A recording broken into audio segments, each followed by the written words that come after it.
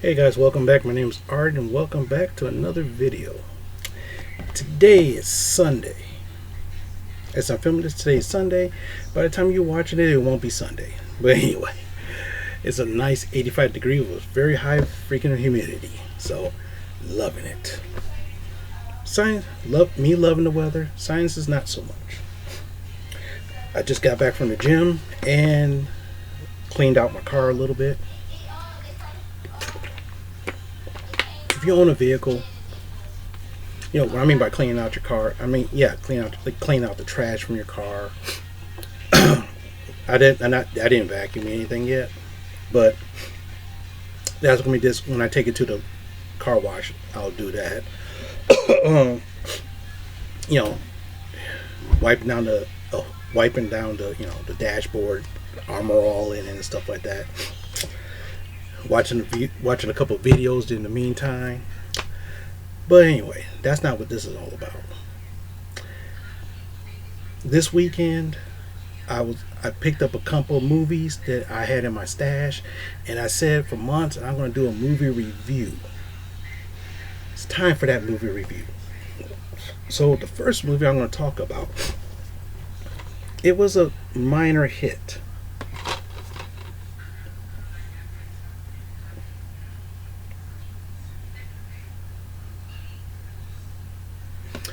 I forgot when this came out, but it's called The Big Hit. Stars Mark Wahlberg, Lou Diamond Phillips, Anthony Sabato Jr., and Bokeem Woodbine. Yeah. The thing about this movie, today you should be, if it's not on Netflix or Amazon, you could buy it for like $5. If you spend more than $5 on this, it's probably the DVD Blu-ray.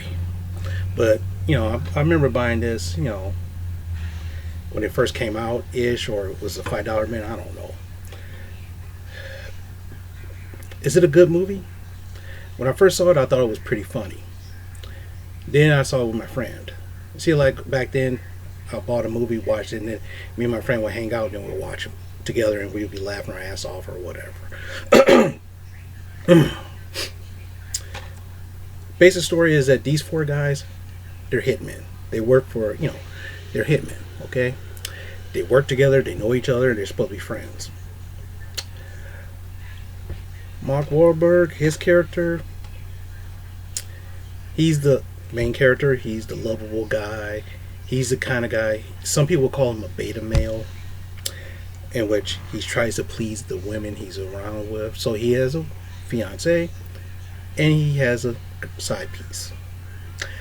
Both the side piece hits him up for money all the time, and he just wants to be loved. He don't like being disliked, and the pressure of that give him an ulcer or something like that. His fiance, he engaged. They're engaged to get married. She took money out of his bank account to help her parents. Took 50 grand and gave it to her parents to help them out because of their some problems.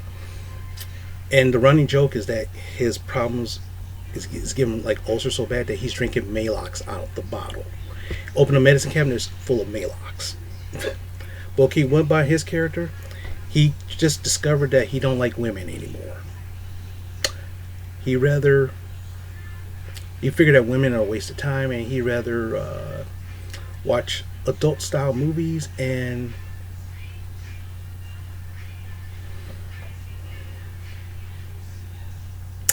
let's just say enact in certain situations to simulate. You got it.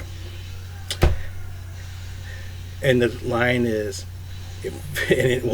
so Anthony Sabato Jr., his character, he's the lover boy, closet drag queen. You don't see it in the movie, but it's in the deleted scenes. Lou Diamond Phillips, his character is the scumbag of the film. Always out for himself. Okay, that's just the basic characters. This guy right here wanted some extra money, so he decides to kidnap this Japanese businessman's daughter. He does this. He kidnaps her. He needs the money, so he gets tagged along with it for some extra cash. They stash her at a house, at his safe house. No big deal.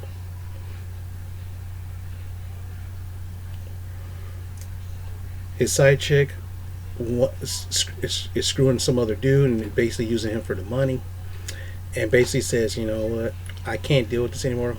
She left, so she left instead of leaving her at the safe house, she just took her there and dropped him off at his house. So he has to finagle hiding the Japanese girl, and avoiding his fiance with her parents coming into town. Funny stuff. The main bad guy, the crime boss, calls a meeting. He's there. He says, yes, someone stole my goddaughter, which was the Japanese businessman's daughter. And he's like,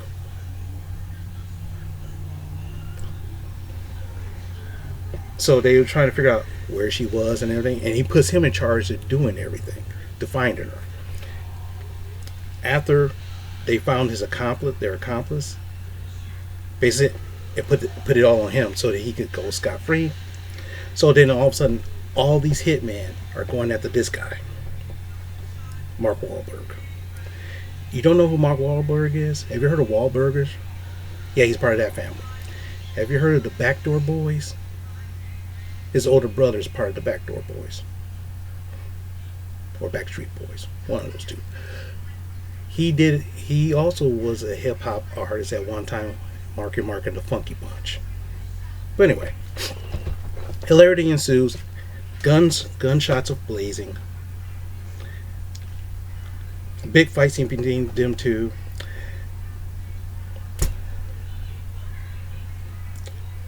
The Japanese girl has Stockholm syndrome, falls in love with him, basically give him a love advice throughout the whole process, and basically it was kind of like a little love story.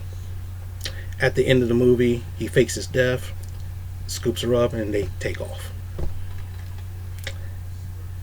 Now, the reason why I'm telling you all this, so if you don't want to watch this movie, I just told you the whole story. But then again, you might want to see it if you're really interested in watching it. If you want to buy this, you should not pay more than $5 for it, since this movie, I guess it was out in 2005. I thought it was mid-90s myself, but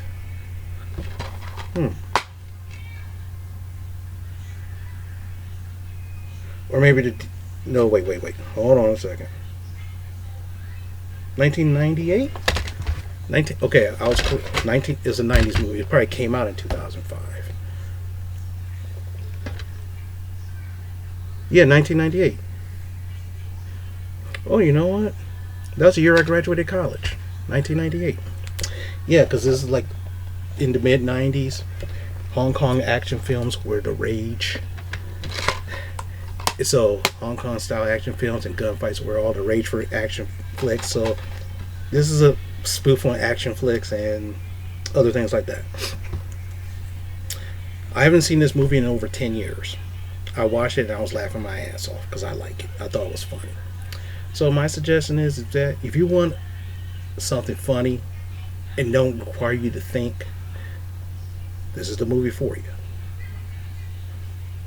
And with that, in case you don't want to watch this movie, I watched it for you. If you've seen this movie before, let me know down below.